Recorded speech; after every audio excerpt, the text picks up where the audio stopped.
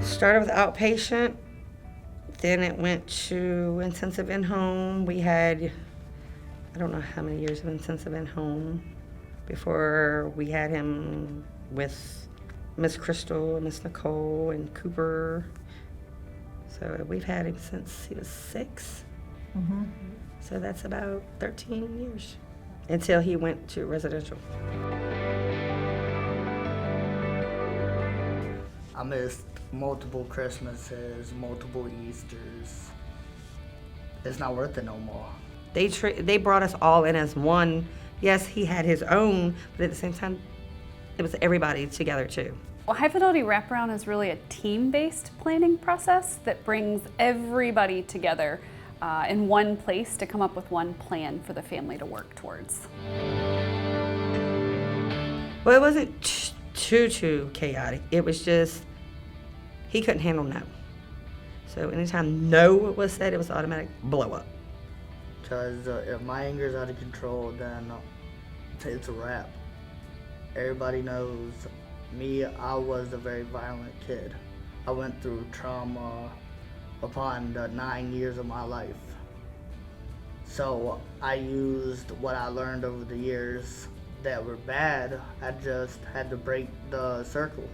So I was working on finding a way to channel that energy into something else instead of anger. It's made a huge difference. It's taught us all how to sit down and talk as opposed to you blah this or you this or somebody slamming the door or whatever else would used to go on really bad. And I mean, it was bad, I'm not gonna lie. Whereas we used to all just go our separate ways. It was easier to do that than to deal with the problems. And I guess that was the biggest thing, learning how to deal with the problems and work them out. Mm-hmm. I think we pretty much reached it. I mean, there's days we're off, but 95% of the time, it's open communication, so we're able to communicate what we need to do. And we pretty much got it. So the family vision is really a statement or a goal that the family decides that they want to work towards, and it's really what they want their family to look like at the end of this 12 to 18 month process. Because they actually would come in and work on things that I expressed instead of just working on everything the family did. Because they worked on 2 things as opposed to what one person would do as a group. They didn't just work with Jonathan's needs, they worked with theirs as a family. Because before that, it was only working with what he needed. When they came in, they taught us how to work as a family and what we needed to work on and how to go about handling it so we could all cooperate and communicate. Because believe me, we were not but no means. No, we were so far gone, it was horrible. And if it hadn't been for them teaching us certain things to do for ourselves as well as certain things to do to help him, we'd probably be back to stage 1 all over again before they ever came in. Taught us how to cope. Mm-hmm. Miss Nicole gave us a little sheet of different things to do when you're going through certain modes, like certain feelings, like attack modes, like breathe or do this or do that. It's on the kitchen table. Yep, it sits on the kitchen table. It works. It's in the napkin holder. And it sits up, so if you sit at the table, you can see it. Don't knock it till you try it. It sounds like it's going to be a pain in the butt. There's days you're going to say it is, but if you go through it and just deal and learn from it, you're going to make out really, really good. Mm-hmm. And your family will be a lot happier. One of the key things that we do in High Fidelity Wraparound is really pull in all of those people that are important to the family and those natural supports and make sure they're a part of the planning. My first reaction was, oh, here we go, just another round of not gonna work. And then as they came in, it was changing my mind.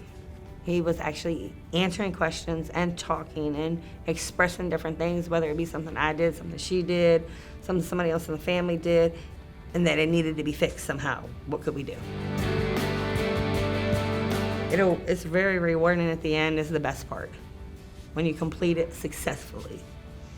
Because the client gets to pick what they want to do for their closing. we had a little cookout type thing.